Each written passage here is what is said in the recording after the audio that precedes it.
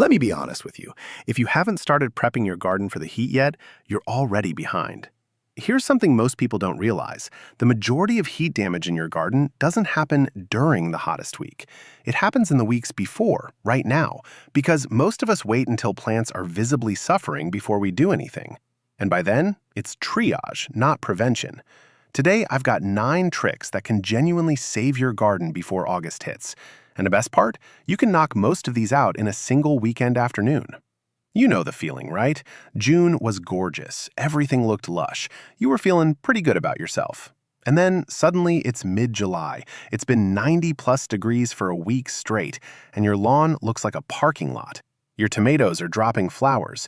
Your hostas are basically crispy paper. And you're standing there with a garden hose at 2 p.m. wondering what went wrong. And honestly, half the advice out there doesn't help. Just water more. Great, thanks. That's like telling someone whose house is on fire to buy a bigger bucket.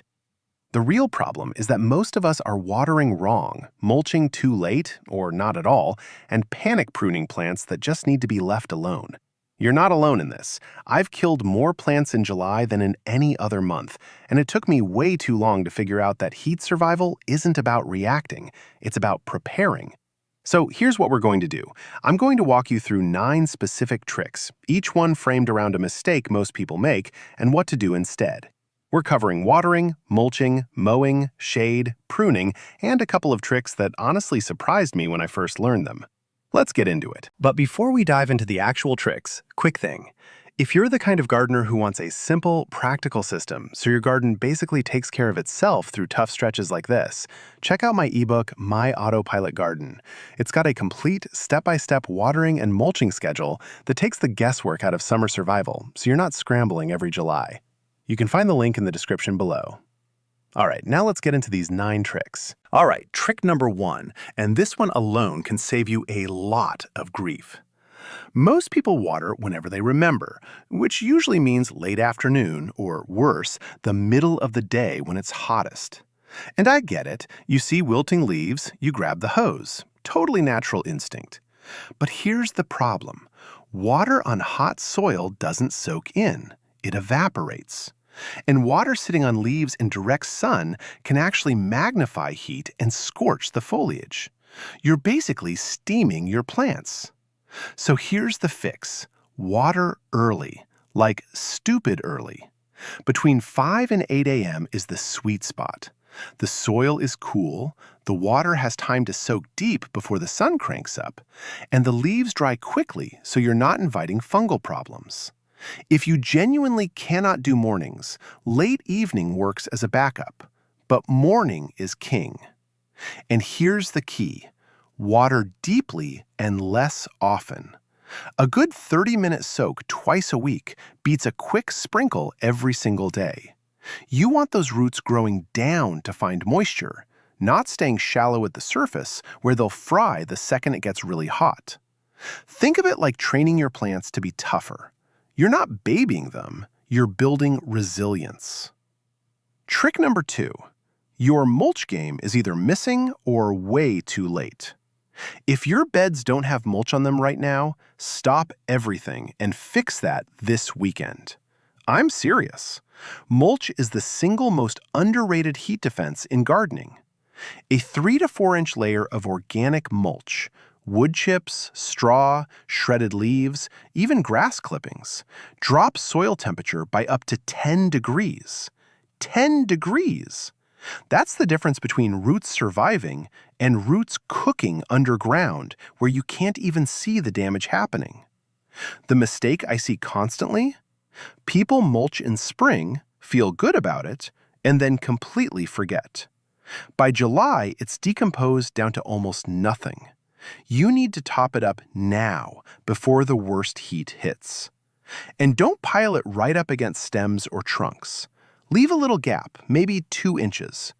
Crown rot is real, and it's ugly. Oh, and if you're growing tomatoes or peppers, mulch is absolutely non-negotiable. Bare soil around tomatoes in a heat wave is basically asking for blossom end rot because the moisture swings get insane. One day soaked, next day bone dry. The plant can't keep up with calcium uptake, and you end up with those awful black bottoms on your fruit. Mulch evens everything out. Trick number 3, stop mowing your lawn so short. This one drives me nuts because I used to do it myself for years. You think mowing the lawn shorter means you mow less often, right? Logical. Also, completely wrong in summer. Short grass means exposed soil, which means faster moisture loss, which means your lawn turns brown and goes dormant way earlier than it needs to. You're basically fast-forwarding your lawn straight into crisis mode. Raise your mower blade. In summer, you want your grass at 3 to 4 inches minimum. Taller grass shades its own roots, holds moisture longer, and actually crowds out weeds better because it blocks the light they need to germinate. It looks a little shaggier, sure, but shaggy and green beats golf course short and dead every single time. And leave the clippings on the lawn. I know, it looks messy for a day. But those clippings break down fast and act as a natural mulch layer right there on the surface. Free fertilizer, free moisture retention. Your lawn will genuinely thank you for it. By the way, if you're realizing that a lot of this comes down to timing, knowing when to do what, so you're not always playing catch-up with whatever the weather throws at you, that's exactly what my autopilot garden is built around. It's basically a season-by-season action plan, so you always know what your garden needs this week, not last week. Super practical, zero fluff, works whether you're a beginner or you've been gardening for decades. You can find the link in the description below if that sounds like your kind of thing. All right, moving on. Trick number 4, you're panic pruning and it's making things worse. When plants start looking rough in the heat, crispy leaf edges, drooping stems, brown tips, the instinct is to grab the shears and clean them up. Please don't. I'm genuinely begging you here. Pruning in a heat wave is one of the worst things you can do to a stressed plant. Every cut is an open wound, and open wounds need energy to heal, energy that your plant is currently using just to survive. On top of that, those leaves, even the ugly ones, are still providing shade to lower branches and roots. You remove them, and suddenly the interior of the plant is exposed to full blaze. It's like taking the roof off a house during a hailstorm. You just made everything worse while trying to help. Now, if something is actually dead, completely brown, snapping off, clearly done, yeah, remove it. Dead material can harbor disease, and there's no saving it anyway. But anything that's just wilting or looking sad, leave it alone. It'll bounce back in September looking way better than you expect. I've had perennials that looked absolutely hopeless in late July come back so strong in fall that I almost didn't recognize them. Trick number 5, the shade hack most people never even think about. Here's one that changed my whole approach to heat waves: temporary shade structures. And I don't mean building a pergola or spending a fortune. I mean a $15 shade cloth from any garden center or online, draped over a couple of stakes or even an old tomato cage.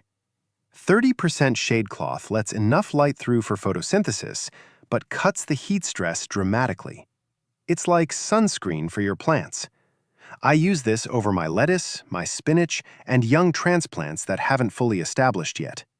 Without it, lettuce bolts in about 3 days of serious heat. With it, I get an extra 2 to 3 weeks of harvest.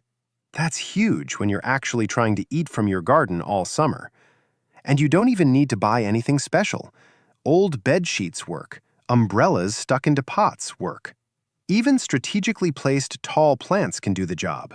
Sunflowers, corn, or tall tomato plants can shade smaller crops on their south side. It's companion planting, but for sun protection instead of pest control. Think of it as building a little microclimate right there in your own garden. Trick number 6, group your pots together. If you have container plants, and a lot of us do, especially on patios and balconies, Here's a trick that takes literally zero effort. Push them together. That's it. Clustered pots create their own little humid microclimate. The leaves shade each other's pots. The transpiration from one plant humidifies the air around its neighbor. And the soil in each pot stays cooler because it's not baking in full sun on all sides. Isolated pots on a south-facing patio in 95-degree heat, they can hit internal soil temperatures of 120, 130 degrees. That kills roots. Cluster them, move them slightly out of the afternoon blast if you can, and put saucers underneath to catch runoff. They'll reabsorb that water from below, which is actually better for the roots anyway. Trick number 7. Water the soil, not the plant. This sounds obvious, but watch anyone water their garden, and you'll see them spraying the leaves, the flowers, the whole plant like it's a car wash. In summer, this is a recipe for disaster. Water on leaves in sun equals scorch marks. Water on leaves at night equals a fungal party. Neither is what you want. Direct your water at the base of the plant, at the soil, where the roots actually are. Soaker hoses and drip irrigation are amazing for this if you want to set it and forget it. But even with a regular hose, just aim low, slow and low. Let it puddle and soak in, rather than spraying everything and hoping for the best. Your plants absorb water through their roots, not their leaves. So give it to them where they can actually use it. Quick question for you, and drop it in the comments because I'm genuinely curious. What's the one plant in your garden that always dies first in summer? For me, it's hydrangeas. Every single year, I think, okay, this is the year I'll finally keep them happy. And every single year, they humble me by mid-July. Droopy, dramatic, absolutely offended by the heat. I'd love to know I'm not alone here. Trick number 8. Stop fertilizing in peak heat. This one surprises people. You see your garden struggling, you think it must need food, right? More nutrients, more strength? Nope. Fertilizing during a heat wave is like giving someone a heavy meal in the middle of a marathon. The plant has to expend energy processing those nutrients when it can barely keep up with water demand as it is. Especially nitrogen-heavy fertilizers. They push leafy growth, and new growth is the most vulnerable to heat stress. You're basically forcing your plant to produce tissue it cannot sustain in those conditions. Wait until temperatures drop back to reasonable levels, late August or early September, and then feed. Your plants will use it so much more efficiently when they're not in survival mode. One exception worth mentioning: liquid seaweed extract or a very dilute kelp solution can actually help with heat stress. It's not a fertilizer in the traditional sense. It's more of a stress tonic. It helps with cell wall strength, which makes plants more resilient to extreme temperatures. I've had genuinely good results using it on tomatoes and peppers specifically, just a light foliar spray in the early morning when it's still cool. Trick number 9, the last one, and it might be the most important mindset shift of all. When your lawn goes brown in a heat wave, it's probably not dead. It's dormant. Grass is incredibly resilient. It shuts down above ground to protect the crown and roots below, and when the rain comes back, it greens up again. I've seen lawns that looked absolutely apocalyptic in August come back lush and full by mid-September. It's genuinely impressive once you stop panicking about it. The worst thing you can do is keep hammering a dormant lawn with water and fertilizer, trying to force it green. You'll exhaust it. Let it sleep. If you absolutely can't stand the look, water it lightly once every 2 weeks, just enough to keep the crowns alive, not enough to wake it up fully. But you need to pick a lane: fully watered and green all summer, or dormant and brown until the heat breaks. The in-between, watering just a little, just sometimes, that's what actually kills grass. Inconsistent signals confuse the plant and burn through its energy reserves. And whatever you do, don't reseed bare patches in the middle of summer.